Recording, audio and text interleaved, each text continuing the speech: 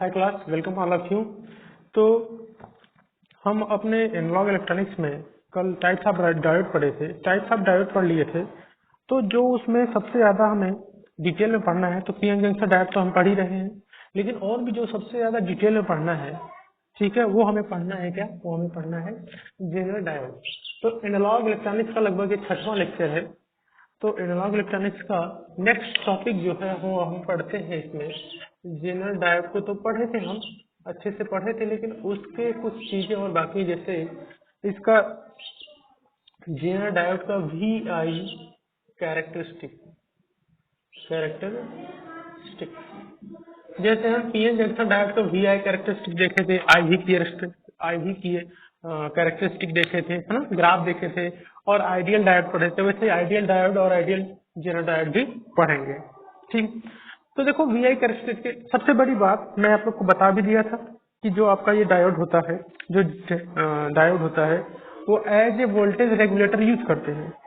तो general diode तो आपका रिवर्स बायस में काम करेगा, और रिवर्स बायस में ही ये काम करता है वोल्टेज रेगुलेटर की तरह, रेगुलेटर की तरह, लाइक वोल्टेज रेगुलेटर कितने 3 volt to 2.7 volt to 300 volt के बीच में वोल्टेज रेगुलेटर जब रिवर्स बायस में रहेगा तब ये काम करेगा। और ये काम किस पे करता है? ये काम करता है टनलिंग इफेक्ट पे। टनलिंग इफेक्ट क्या होता है आप लोगों में नहीं है, लेकिन मैं इसको एक बार डिटेल में बता दूंगा। टनल डायोड में अभी पढ़ाऊंगा, टनल डायोड इसके बाद, ठीक है। तो टनल डायोड को भी हम पढ़ लेंगे, ठीक। टनलिंग इफेक्ट एक्चुअल में जो टनल डायोड होता है उसका जो डिप्लीशन रेट बहुत कम हो जाता है। इसका मेन रीजन यही होता है, इसको बोलते हैं टनलिंग इफेक्ट। जब टनल डायोड का ये डिप्लीशन विड्थ बहुत कम रहता है, डिप्लीशन लेयर, तो जो चार्ज हो एक स्थान से दूसरे स्थान तक बहुत तेजी से फ्लो करते हैं, इसलिए इसका स्विचिंग टाइम भी बहुत ज्यादा होता है। तो टनल डायोड को एज ए स्विच भी यूज करते हैं, कल मैं बताया था। टनलिंग इफेक्ट पे काम करता है। अब देखो, जब इस डायोड का हम फॉरवर्ड बायस में यूज करते हैं, तो ये सिंपली आपका क्या काम करता है? सिंपली आपका सिंपली रेक्टिफायर डायोड होता है, रेक्टिफायर डायोड, जिसकी डोपिंग में बताया था 1:10⁶, ठीक है। 10⁶ का डोपिंग होता है, किसका? Simply rectifier diode. तो फॉरवर्ड बायस में आपका रेक्टिफायर डायोड की तरह काम करता है, रिवर्स बायस में आपका जेनरल डायोड या वोल्टेज रेगुलेटर। अब देखो इसका वी आई कैरेक्टरिस्टिक जो होती है वो किस तरह से होती है, ठीक है। मैं एक बार आप लोग को अगर समझाऊं, देखो साथ साथ बनाते चल। ये अगर मैं बनाऊं, ठीक, थोड़ा सा हमें रिवर्स बायस को भी दिखाना है, तो ग्राफ थोड़ा सा बीच में बनाना पड़ेगा, सेंटर में बनाएंगे तभी आपका फायदा रहेगा। देखो अगर मैं यहाँ पे बनाता हूँ ग्राफ, ठीक है, साथ साथ आप लोग बनाते चलो, ठीक है, ठीक है। तो यहाँ पे मैं एक्स एक्सिस पे अगर मैं वोल्टेज बनाऊँ, एक्स एक्सिस पे क्या बनाऊँ? वोल्टेज। ये आपका क्या हो गया? वोल्टेज रिवर्स बायस में वी आर बी और V F B, forward bias में वोल्टेज, ठीक। आगे क्या है? आपका आई एफ है, आई एफ क्या है? मिली एम्पियर है, फॉरवर्ड करंट। और ये आई जीरो, ये रिवर्स करंट या सेचुरेशन करंट भी बोलते हैं इसको, रिवर्स सेचुरेशन करंट। तो इनका नाम भी मैं अलग अलग बताया था आप लोग का। ये क्या है? Forward voltage, forward voltage.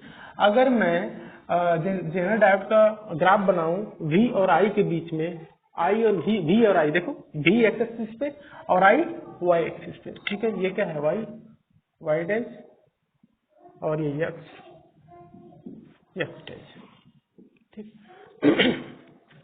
तो देखो अब फॉरवर्ड वोल्टेज है, ये क्या है? ये है आपका रिवर्स वोल्टेज,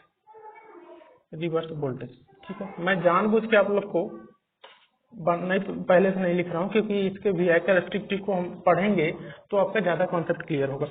अब देखो ये क्या है? रिवर्स वोल्टेज, रिवर्स करंट या लीकेज करंट। और लीकेज करंट किसमें होता है? माइनॉरिटी कैरियर के कारण, या इसको बोलते हैं लीकेज करंट बोले, या इसको रिवर्स सेचुरेशन करंट बोले, या रिवर्स करंट बोले। ये क्या है? इसी तरह से ये फॉरवर्ड करंट, फॉरवर्ड करंट। अब देखिए फॉरवर्ड करंट, अब जो फॉरवर्ड बायस रहता है उसमें हम क्या होता है, आपका जो जेनर डायोड है, अगर जेनर डायोड का वी आई कैरेक्टरिस्टिक है, तो फॉरवर्ड बायस ये क्या है आपका, ये आपका पूरा क्या है, फॉरवर्ड बायस। अब फॉरवर्ड बायस में जो आपका जेनर डायोड है, जो आपका जेनर डायोड है, वो वर्क करता है as a simple diode, as a rectifier diode, ठीक, जो पीएन जंक्शन डायोड हम इतने दिन से पढ़ रहे हैं, तो रेक्टिफायर डायोड की तरह काम करता है।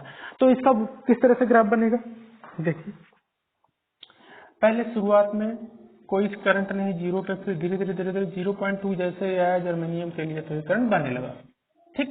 अब जैसे ये तो किसके लिए है, ये है आपके जर्मेनियम के लिए। जर्मेनियम के लिए जैसे ही वोल्टेज आपका क्या होगा 0.2 वोल्ट, आपका जर्मेनियम के लिए करंट फ्लो होने लगा। ये करंट किसके लिए है, IF जर्मेनियम के लिए। अब लेकिन हमने जैसे ही अब सिलिकॉन की बात की, तो सिलिकॉन के लिए भी ऐसे नहीं हुआ, फिर जैसे ही आपका 2.7 आया, सॉरी 0.7 वोल्ट आया, तो सिलिकॉन के लिए भी करंट फ्लो होने लगा, ठीक है। अब ये क्या है, IF किसके लिए, सिलिकॉन के लिए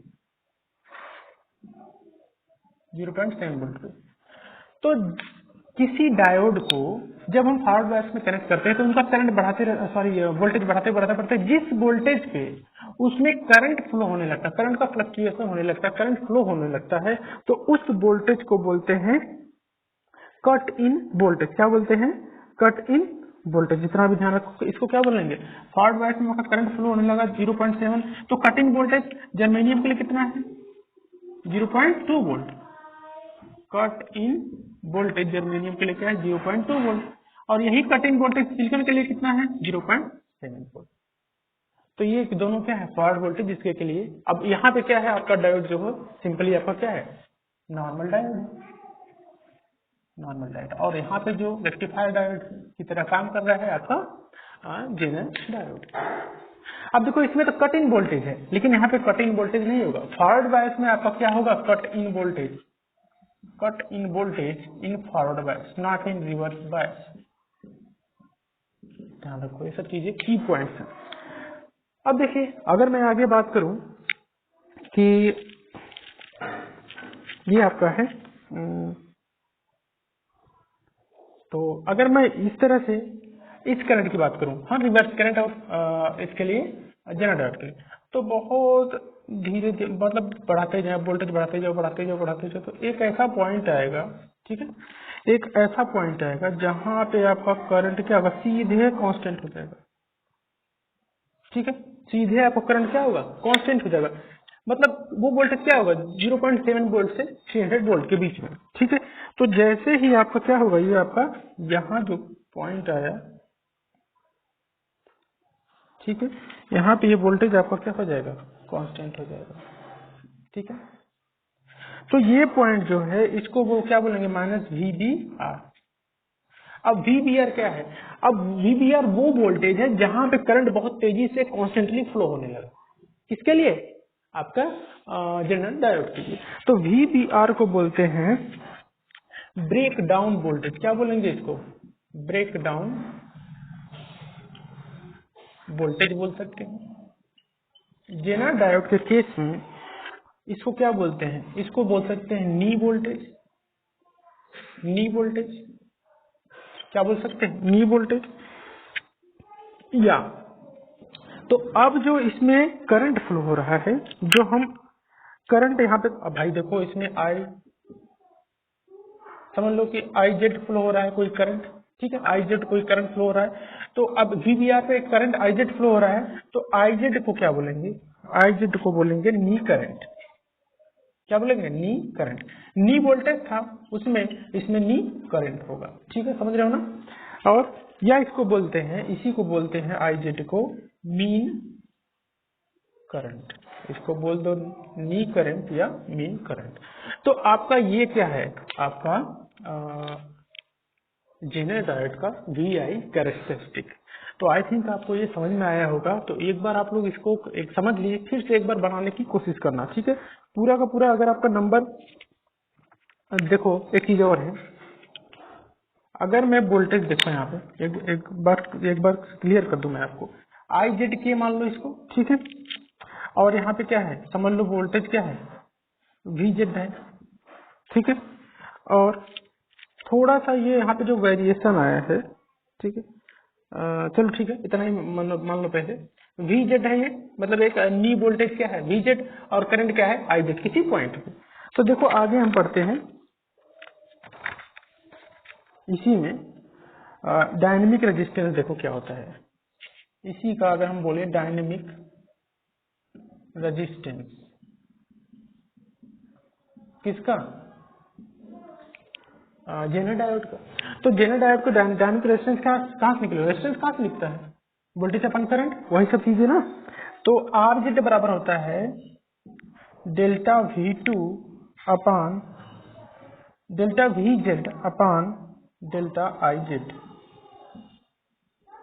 देखो यही समझ लो कि दो तीन पॉइंट इस तरह से आ गए, तो उनमें जो डिफरेंस होगा वोल्टेज का डिफरेंस अपान करंट का डिफरेंस, वही क्या होगा are Z dynamic resistance. Dynamic resistance delta V z upon delta I Z. तो ये फार्मूला होता है आपका डायनेमिक रेजिस्टेंस का।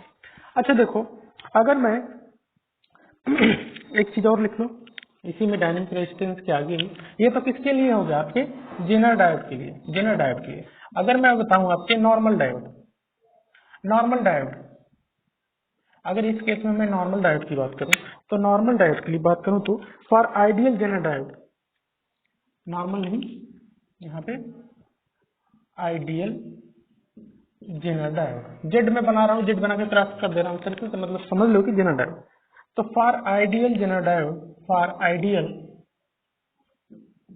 Jenner diode, ideal zener diode के लिए dynamic resistance is zero, dynamic resistance is zero. और डायनेमिक रेजिस्टेंस जीरो क्यों होगा, इसका मेन रीजन है रेजिस्टेंस बहुत ज्यादा हो जाएगा, ठीक है, रेजिस्टेंस सॉरी वोल्टेज बहुत ज्यादा और करंट बहुत मिनिमम हो जाएगा, ठीक है, सॉरी करंट बहुत ज्यादा होगा, वोल्टेज बहुत बहुत मिनिमम मतलब जीरो हो जाएगा। तो इस तरह से अगर हम करेंगे तो आर जेड इसका आइडियल के लिए क्या निकालेंगे, डेल्टा वी जेड बहुत मिनिमम होगा, और ये क्या होगा डेल्टा आई टू ये बहुत ज्यादा मैक्सिमम होगा। तो बहुत ज्यादा मिनिमम अपन मैक्सिमम क्या होगा, नगण्य इसको माना जाता है जीरो, तो इसलिए बहुत नगण्य मतलब कि जीरो। तो इसलिए डायनेमिक रेजिस्टेंस आइडियल डायोड के लिए क्या होता है, आइडियल जेनर डायोड के लिए जीरो होता है, ठीक है। तो आइडियल डायोड के लिए अगर हमें आइडियल जेनर डायोड का ये बना लो आप लोग डायग्राम एक बार, ठीक है। तो देखो अगर हमें ideal zener diode, ideal zener diode का हमें क्या बनाना हो, वी आई कैरेक्टरिस्टिक, तो हम किस तरह से बनाएंगे, ठीक है, ये नोट कर लेना आप लोग, ठीक है। तो देखो अगर हम बात करते हैं आइडियल, जैसे कि आप लोग देखे थे कि हम बनाए थे किसका rectifier diode, PN junction diode का सिंपली हम क्या बनाए थे, सिंपली हम बनाए थे आपका वी आई कैरेक्टरिस्टिक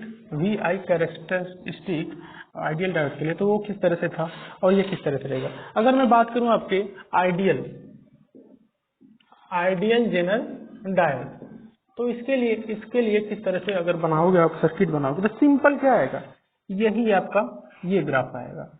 आइडियल में तो फॉरवर्ड बायस होगा ही नहीं, ठीक है, तो फॉरवर्ड बायस में कुछ नहीं होगा, कोई ग्राफ नहीं बनेगा। आइडियल के लिए बस यही एक जो बना है आपका कि करंट VBR पे फ्लो होने लगेगा, बस यही ग्राफ आपका बनेगा, ठीक है। रिवर्स बायस का ही ग्राफ बनेगा, मतलब रिवर्स बायस में आपका ये फ्लो होगा। अब इसको क्या बोलेंगे, आइडियल जेनर डायोड। तो आइडियल डायोड के लिए इस तरह से आपका ग्राफ बनेगा, ठीक है, डेल्टा वी जेड मान लो, ठीक है। ये सब चीजें आप लोग नोट कर लीजिए, ठीक है। चलिए आगे चलते हैं, कुछ पॉइंट्स और हैं। देखो अब जैसे हम जेनर ब्रेकडाउन, अवलांचे ब्रेकडाउन, ये सब चीजें हमें पढ़े, ग्राफ पहले बना लेना आप लोग। जेनर ब्रेकडाउन और जेनर अवलांचे ब्रेकडाउन, इन सब ये सब चीजें क्या होती हैं, ठीक है, ये सब भी चीजें देख ब्रेकडाउन तो मतलब ये कि ऐसा पॉइंट जहाँ पे कोई चीज क्या ब्रेक हो जाए, तो ब्रेकडाउन पॉइंट, ब्रेकडाउन वोल्टेज, ये सब भी चीजें हमें पढ़ना है। चलो देखते हैं, हम ये देखते हैं कि जेनर ब्रेकडाउन क्या होता है। जेनर ब्रेक डाउन, अब ये जेनर ब्रेकडाउन करता है। अब देखो सबसे बड़ी बात कि जेनर ब्रेकडाउन होता है वो निगेटिव टेम्परेचर कॉफिशिएंट होता है। मतलब अगर हम टेम्परेचर बढ़ाएंगे तो आपका जो जेनर ब्रेकडाउन है वो क्या होगा, जल्दी नहीं आएगा, लेट आएगा, मतलब लेट करंट फ्लो होगा। लेकिन जब टेम्परेचर कम करेंगे तो आपका जेनर ब्रेकडाउन जल्दी आ जाएगा। इतना ध्यान रखो आप लोग, ठीक है। देखो अब जेनर ब्रेकडाउन किस लिए होता है, it is due to larger electric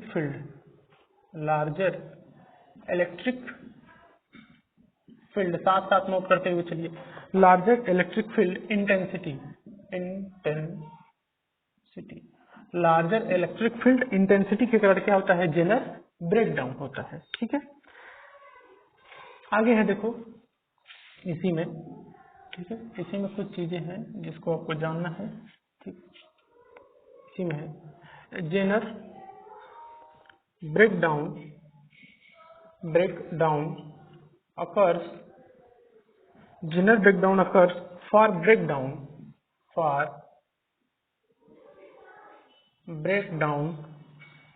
voltage below 6 volt. तो जो जेनर ब्रेकडाउन होता है वो 6 वोल्ट से कम वोल्टेज पे होता है। मतलब बिलो 6 वोल्ट, मतलब 6 वोल्ट तक हो सकता है या उसके नीचे हो सकता है। और जेनर ब्रेकडाउन किस लिए होता है, it is due to larger electric field intensity. Larger electric field intensity के कारण क्या होता है, आपका जेनर ब्रेकडाउन होता है, ठीक है। आगे Zener breakdown voltage decrease with temperature. देखो निगेटिव टेम्परेचर कॉफिशिएंट है ना, निगेटिव टेम्परेचर कॉफिशिएंट है, तो Zener breakdown voltage decreases with increases temperature. तो टेम्परेचर को इंक्रीज होने से आपका जेनर ब्रेकडाउन डिक्रीज होगा, और टेम्परेचर को डिक्रीज होने से आपका जेनर ब्रेकडाउन इंक्रीज होगा। अब देखो आप पढ़ लिए हो जेनर ब्रेकडाउन, अब इसी के परिप्रेक्ष्य में हम पढ़ लेते हैं, इसी से कंपेरिजन पढ़ लेते हैं अवेलांचे ब्रेकडाउन। अब जैसे आपका Zener breakdown negative temperature coefficient था, तो आपका ये पॉजिटिव टेम्परेचर कॉफिशिएंट है। मतलब अवलांचे ब्रेकडाउन जब बढ़ेगा, कब बढ़ेगा, जब टेम्परेचर बढ़ेगा। अवलांचे ब्रेकडाउन घटेगा कब, जब टेम्परेचर घटेगा। तो ये सब चीजें देख लो, इसमें क्या है, it is due two electron multiplier. अब देखो अवलांचे ब्रेकडाउन किस कारण होता है, it is due two electron multiplier. मतलब बहुत सारे इलेक्ट्रॉन आके एक साथ कंबाइन कर गए, तो उनके वजह से जो होगा एवलांचे ब्रेकडाउन होगा। देखो और क्या रीजन होता है, it is due to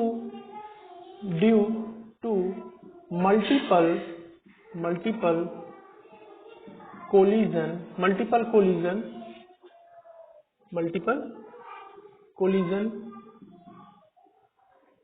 between electrons, देखो इलेक्ट्रॉन्स है, ठीक है, electrons and ions in the depletion layer.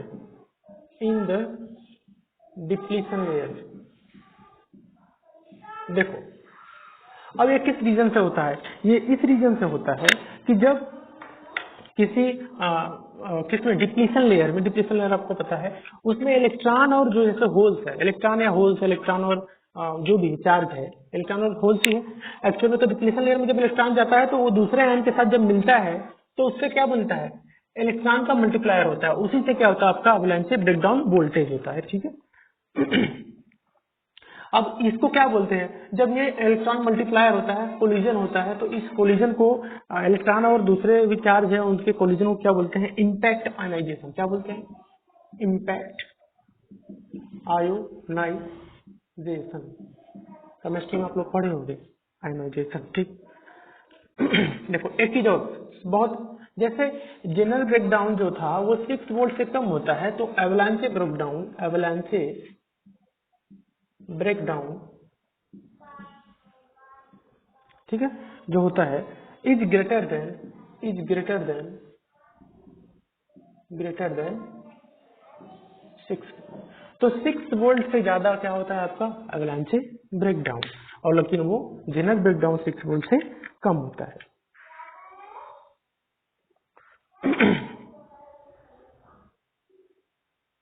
देखो एक चीज और भी जानना कि impact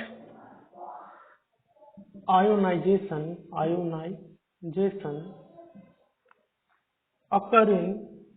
occur in zener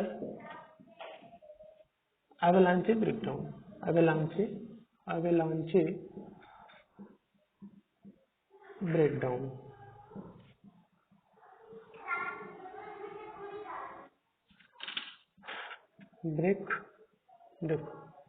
break down, तो अवलांचे ब्रेकडाउन जेनर डायोड में जो होता है उसमें इम्पैक्ट आयनाइजेशन होता है। मतलब चार्ज का टकराना इलेक्ट्रॉन के साथ।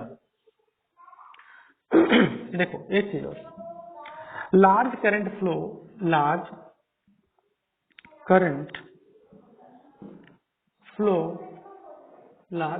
Flow in zener diode is due to minority carrier। तो देखो जो लार्ज करंट फ्लो होता है, अब देखो ये रिवर्स बायस में काम करता है जेनर डायोड, तो आप में जो मैक्सिमम करंट फ्लो होने का रीजन क्या होगा, वो क्या होगा आपका माइनॉरिटी कैरियर, मतलब P में इलेक्ट्रॉन तो N में होल्स, तो इनके कारण क्या होता है इसमें लार्जर करंट फ्लो होता है, ठीक है। अब देखो इसमें कुछ चीजें और है कि जो VBR होता है ब्रेकडाउन वोल्टेज जेनर डायोड के लिए प्रोपोर्शनल इनवर्सली प्रोपोर्शनल टू क्या होता है डोपिंग। ये सब चीजें देखो, डोपिंग किसी में इनवर्सली प्रोपोर्शनल है, किसी में प्रोपोर्शनल है, फॉरवर्ड बैच में प्रोपोर्शनल है, रिवर्स बैच में इनवर्सली प्रोपोर्शनल है। मतलब VBR जो ब्रेकडाउन वोल्टेज है बढ़ेगा कब, जब डोपिंग घटेगा, लेकिन जब VBR कब घटेगा, VBR कब घटेगा, जब डोपिंग आपका बढ़ेगा। तो ये सब भी चीजें आप लोग नोट कर लीजिए, ठीक है। तो एक चीज, एक और कंपेरिजन और कि जेनर ब्रेकडाउन देखो ब्रेक की स्पेलिंग है ब्रेकडाउन, यहाँ भी सही कर BREA, ठीक है। ब्रेकडाउन हैज हायर डोपिंग, ठीक है, has higher doping than avalanche. तो एवलांचे से ज्यादा डोपिंग किसकी होती है, जेनर ब्रेकडाउन की। तो आज के लिए हम यहीं तक क्लास रखते हैं। आपका जेनर डायोड जो बहुत ज्यादा इंपॉर्टेंट था उसको हम पढ़ लिए, और आगे half wave rectifier, full wave rectifier, bridge, ये सब चीजें नेक्स्ट क्लास में हम करेंगे। तो आप लोग को ये क्लास कैसी लगी जरूर बताएं। देखिए ये बस आपके फर्स्ट ईयर के लिए ही नहीं इंपॉर्टेंट है, सेकेंड ईयर के लिए भी बहुत ज्यादा इंपॉर्टेंट है।